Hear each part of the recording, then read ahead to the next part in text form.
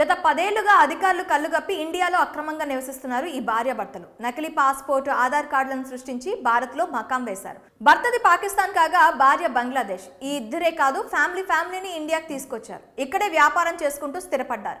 అంతా సవ్యంగా సాగిపోతున్న సమయంలో పోలీసులు వీరిని అదుపులోకి తీసుకున్నారు. మరికొన్ని గంటల్లో దేశం విడిచి వెళ్లిపోయేందుకు సిద్ధమవుతుండగా క్యాచ్ చేశారు.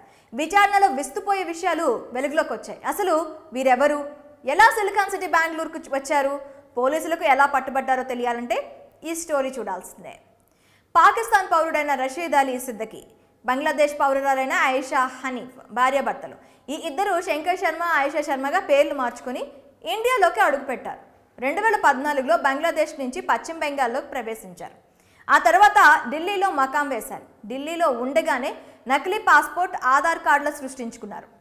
అయితే 2018లో బెంగళూరు షిఫ్ట్ అయ్యారు. అలాగే ఆయిషా తల్లిదండ్రులు రుబీ, హనీఫ్లు కూడా తమ ఐడెంటిటీని మార్చుకొని ఇండియాలోకి ఎంటర్ అయ్యారు.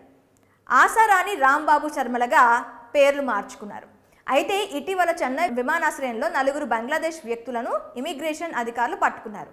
పత్రాలు తనిఖీ చేయగా ఫేక్ డాక్యుమెంట్లు సృష్టించి ఇండియన్ పాస్పోర్ట్ పొందినట్లు తేలింది. మెస్సియా ఫౌండేషన్ ఇంటర్నేషనల్ నిర్వహించిన ఓ కార్యక్రమంలో ఢాకా వెళ్లి వస్తుండగా వీరు పట్టుబడ్డారు. వీరిని విచారించగా తమను తాము బెంగళూరులోని జిగానీలో తమ బంధువులతో కలిసి నివసిస్తున్నట్లు వెల్లడించారు. ఆ బంధువులే శంకర్ శర్మ అలియా రషీద్ అలీ సిద్దికి. వెంటనే బెంగళూరు శివార్లో ఉన్న శంకర్ నివాసంపై దాడులు నిర్వహించారు పోలీసులు. ఆ సమయంలో ఇంట్లో సామాన్లు ప్యాక్ చేసి కనిపించాయి. వీరంతా పారిపోయేందుకు ప్రయత్నిస్తున్న సమయంలో పోలీసులు పట్టుకున్నారు. పేర్లు అడగ్గా శంకర్ అంటూ చెప్పసాగాడు రషీద్. అనుమానం వచ్చిన పోలీసులు ఇల్లంతా తనిఖీలు చేయగా ముస్లిం మత పెద్దలు ఫోటోలు కనిపించాయి. దీంతో కుటుంబం అబద్ధం చెబుతుందని నిర్ణయించుకున్నారు.